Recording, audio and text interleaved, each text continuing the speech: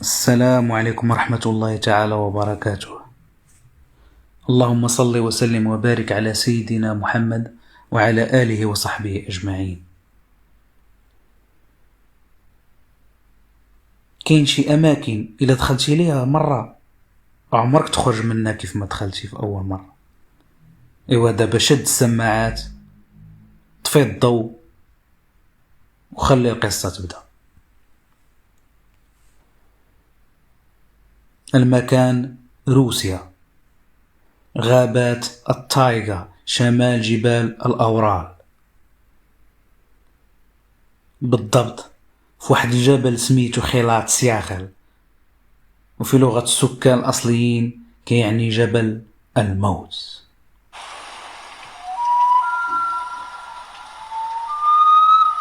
في سنة 1959 في فصل الشتاء، وكما كتعرفوا شتاء روسيا البارد اللي كتوصل فيه درجة الحرارة ناقص 35 ناقص 30 درجة تحت الصفر، وفي بعض المناطق كتوصل أكثر من هذا الرقم.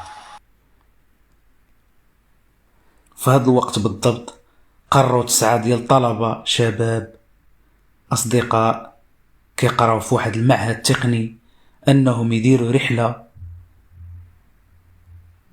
لهاد الغابة، وبالضبط لهاد ممر دياتلوف.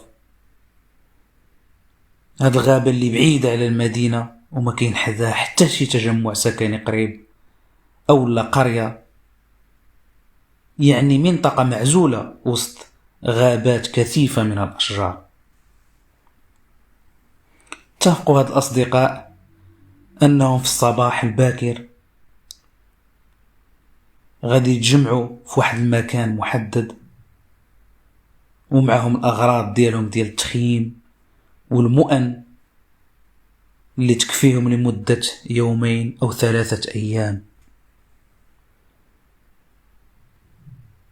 وبالفعل كان التجمع في هذيك النقطة اللي حدوا سابقا، وانطلقوا هذاك الصباح في اتجاه المجهول. وعلاش قلت المجهول هنا؟ مازال غادي تعرفوا في النهاية ديال القصة علاش بالضبط قلت هاد كلمة المجهول. في الطريق كانت الأجواء حماسية، كل شي فرحان، كل شي ناشط، كل شي كيغني. وكيف ما كتعرفوا في أي تجمع كيكون فيه شباب خاص ضروري كيكون الضحك واللعب باش كدوز الأجواء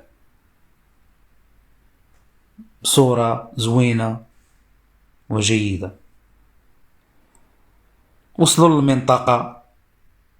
للمنطقة اللي كانوا قاصدين يوصلوا ليها. وصلوا حتى طاح الظلام وقت الغروب، تقريبا وقت الغروب. وصلوا للمنطقة وقادوا الخيام ديالهم، ارتاحوا شوية، ومع العياء ديال الطريق طيبوا الماكلة ديالهم باش يتعشاو، شعلوا واحد الموقد، داروا واحد الجلسة كما كنقولوا سمرية باش يعاودوا فيها وينشطوا مع راسهم كأي شباب.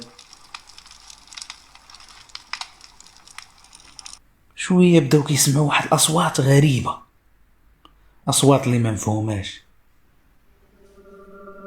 هادشي هو اللي دار لهم الرعب. ولكن القائد ديالهم اللي كان هو أكبرهم سنا طمأنهم وقال لهم ما تخافوش، هادشي عادي، ممكن أصوات بعض الوحوش في الغابة أو الذئاب أو أصوات عادية. ولكن وخا هكاك بقاو خايفين بزاف، خصوصا كانوا معاهم 2 بنات، وكما كتعرفوا البنات في حال هاد المواقف كيخافوا كتر.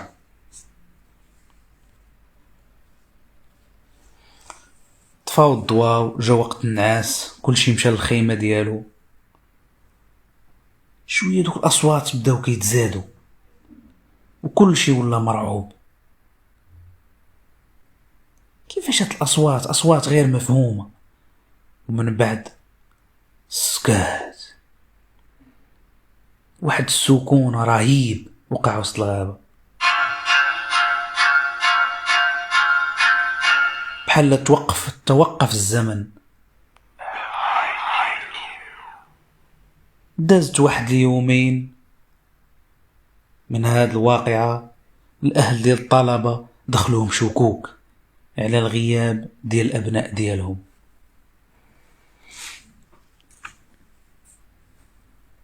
كيفاش الأبناء ديالنا مشاو على قبل يومين أو 3 أيام وما رجعوش؟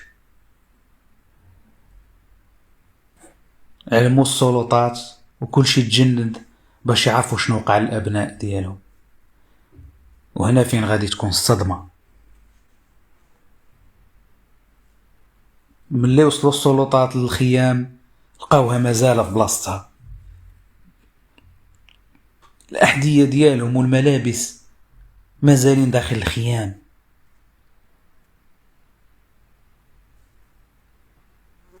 بعد البحث تبين آثار أقدام حافية خارج الخيام في الثلج وفي داك البرد اللي كيقتل.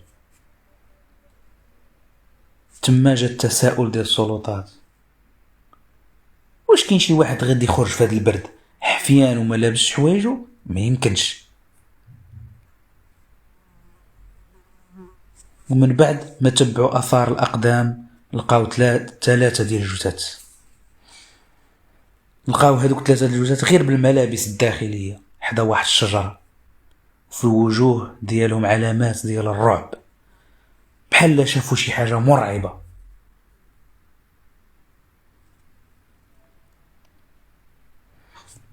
بقاو السلطات كيقلبوا على الطلبه الاخرين اللي ما لقاوهمش، واخا داروا جميع الجهود باش يلقاوهم ما بانش ليهم الاثار.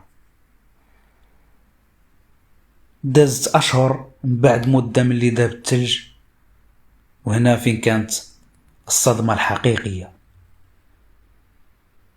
لقاو الجثث ديال هذوك 6 الاخرين في واحد الحفره، ومن بعد المعاينه ديالهم ما بان عليهم حتى شي اثر ديال شي علامه ديال اعتداء او ضرب او اثار حيوانات مفترسه او انهيار ثلجي هو اللي ادى بهم انهم يطيحوا في هذيك الحفره، او معركه مع اشخاص. من غير حاجه وحده اللي لقاو هي واحد طالب اللسان ديالو مقطوع. من بعد التحقيقات المكثفه ديال البوليس والمحققين تسد الملف ديالهم بجمله واحده، وهي الوفاة بسبب قوة طبيعية غير معروفة. الأسئلة اللي بقات كتدور في عقول الناس هي شنو هو السبب اللي يقدر يخلي هاد الشباب يهربوا من الخيام ديالهم في داك الليل وداك الجو ويمشيو عريانين حفيانين. يعني كاين شي حاجة في داك الجبل مرعبة اللي نساتهم في البرد ونساتهم في راسهم وهربوا من المكان. ومن ذاك النهار والروس الى يومنا هذا كيتفاداو ويخيموا في هذاك الجبل، وبقى لغز الى يومنا هذا.